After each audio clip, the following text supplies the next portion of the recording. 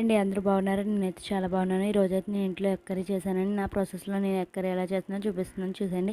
First అయితే onions chillies సన్నగా cut చేసుకుని ఫ్రై చేసుకున్నాను. ఈ లోపల టమాటా, జీడిపప్పు అలానే మసాలా సరుకులు అయితే వేసేసుకుని పేస్ట్లా మిక్సీ పట్టేసాను. ఇంకా ఆనియన్స్ అయితే ఫ్రై అయిపోయినాక పసుపు అలానే 1 స్పూన్ అల్లం వెల్లుల్లి పేస్ట్ వేసేసుకుని 5 మినిట్స్ అయితే ఫ్రై చేసేసుకున్నాను. ఫ్రై అయిపోయిన తర్వాత మిక్సీ పట్టిన పేస్ట్ కూడా వేసేసుకుని అయితే పచ్చివాసన పోయే వరకు ఫ్రై చేసేసుకుని అలానే సాల్ట్, కారం, పసుపు, గరం మసాలా అయితే వేసేసుకుని మంచిగా కలిపేసుకున్నాను. మొత్తం కలిసేలాగా కలిపేసుకుని ఒక 2 మినిట్స్ అయితే ఉంచేసి సరిపడా వాటర్ అయితే వేసేసుకున్నాను.